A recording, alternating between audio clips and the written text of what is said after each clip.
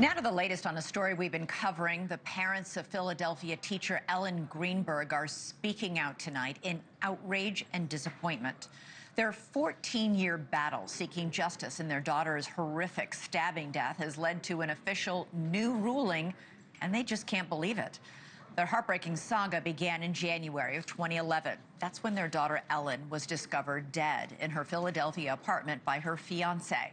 The 27-year-old had been stabbed more than 20 times.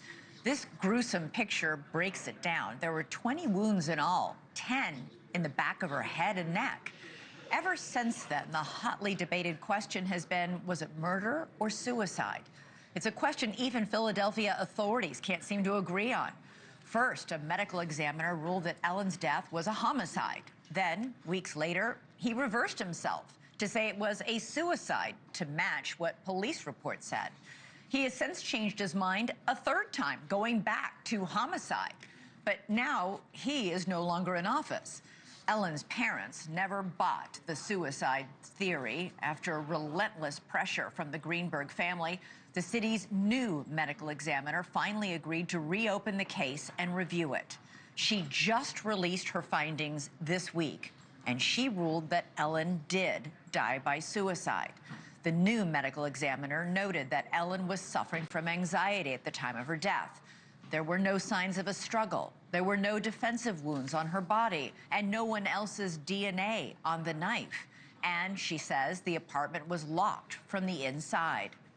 As for Ellen's fiancé, who discovered the body, the medical examiner said there's no evidence that there was an abusive relationship between the two and that his timeline of the events checked out. The ME also pointed out that Ellen had 23 stab wounds, 3 more than first thought, and far more bruising than first thought all over her body. For more on all of this, we're joined now by Ellen's parents, Sandee and Josh Greenberg. I know you are so devastated at this new report. Your lawyer calls the report, quote, an embarrassment to the city and an insult to Ellen and her family. What's your reaction? It's worse than that. You just went over a whole bunch of things that are not true. If we go back to those 4 points... I was quoting the report, just so... I know. But if you could put those 4 points, I'd like to go through them with you. Absolutely. This was not an independent investigation. This was an internal investigation. There was a sign of struggle because the knife block was turned over and there were 2 knives in the sink. She had bruises on her wrists. She had bruising in the strap muscles at the base of her throat, which signified strangulation. I can tell you that Tom Brennan, Stephanie Farr, John Lucy, Juju Chang, Gavin Fish, Annie McCormick, Nancy Grace, Dr. Wayne Ross, Ashley Banfield, Brian Enton, Dr. Cyril Weck, Dr. Michelle Dupree, Guy DeAndrea, Brian Sheehan, Casey Baker, Dr. Joseph Scott Morgan, Sarah Kalin, and Dr. Henry Lee. None of these experts believed that this was a suicide. I'd like you to put those things up again, please, if you don't mind. Yeah, control room, can you put up what the ME's report says again?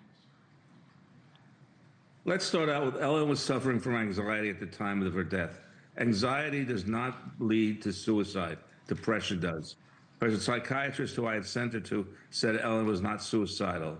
Number 2, Sandee just pointed out the struggle. Her wrists were badly bruised, like someone was holding her wrists so they could kill her. Like restraining her? Right, exactly. Those are also defensive wounds that she was defending herself while trying to get away from it. No other DNA was found on the knife. This was a knife in a house. This wasn't a knife outside on a street corner of Delancey Street. Let me finish. The crime scene was staged. The apartment was locked from the inside. It was a swing lock. I can lock a swing lock with a piece of dental floss from the outside by just putting it through and swinging the lock. So all these things are just bogus. There were no shards of wood at the base of the door where supposedly it was broken in. And who broke in? Was it one person? Was it 2 people? Okay. That staging of our daughter, she was not flat on her back, as the fiance said when She he was was sitting asked up. to see people. The photographs show her sitting up. So how did the blood? How did the blood go from the edge of her nose to her ear if she was sitting up? So Gravity pushed blood down. what do So you the blood. what Go do ahead. you think happened? I mean, you I think my obviously, daughter was murdered. by whom? I don't know. I'm not going there. That's not our We have job never to tell you that. we have never gone there. We've only asked for two things: an unbiased investigation led by an unbiased investigator. And why do you And think if we these go, wait a investigators? minute, Elizabeth. Let's go back to the beginning of this whole thing. Whatchamacallit? Cyril Wecht, more renowned than this medical examiner or anybody else who's looked at the case, has just passed away, was the first person we brought in to look at the case. And Dr. Wecht said one thing: women don't use knives to kill themselves anymore. So where do the knives come from? Yeah, other forensic pathologists who, granted, haven't done a first-hand investigation, but they have looked at the autopsy reports and the photos that we were showing in the intro. They say it's, quote, biomechanically implausible that a person, man or woman, could kill themselves this way. Let's look at the wounds that our forensic pathologists used to show on the computer. They're all superficial. There's two wounds that were actually deep. Well, three. There's the gash on the top of her head, there's the knife in her chest, and the knife in the back of her head, which a medical examiner was brought in by the Philadelphia people to forensically look at the wound in the back of her head.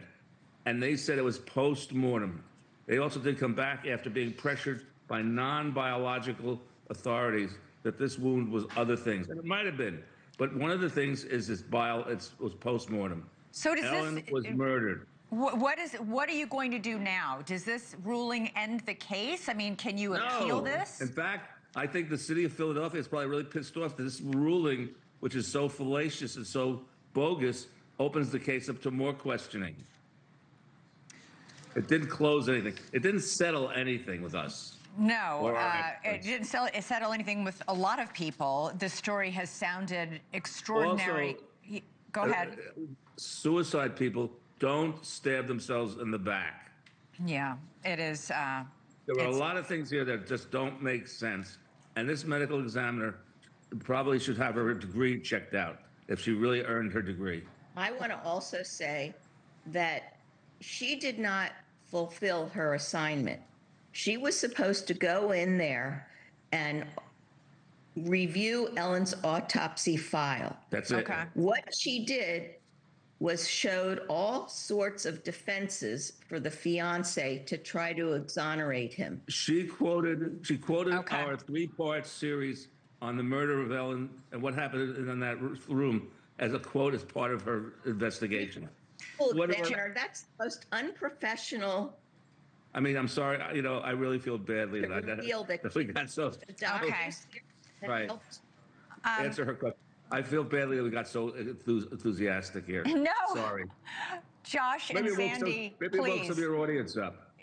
Listen, you are grieving parents who are trying to do right by your daughter and get justice for her. We welcome you back anytime you want to talk about this case. We will continue to follow it. My heart breaks for what you're going through. But I'd like to say one more thing, if I may. Okay, super quick, because the computer's about to take us off. Okay.